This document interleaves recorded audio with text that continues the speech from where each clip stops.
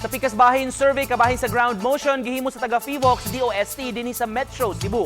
Sa Mandaue City naabtan natong ilang personnel nga migamit sa ilang mga ekipo gibutang sa grounds diha sa may City Hall.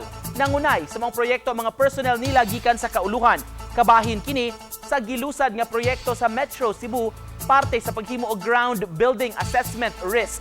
Puduha ka tuig ang ilang project kundi tan-awon usab ang risgo sa mga high-rise buildings. Nakigtigom sab ang taga FIVOX sa taga-Office of the Building Official o CDRRMO kabahin sa mga lagda sa katukuran sa mga buildings.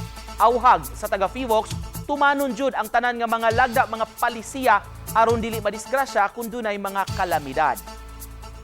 Sensor inside wherein it can record vibration including the car noises and so on and of course the vibration coming from the building also and then the ground so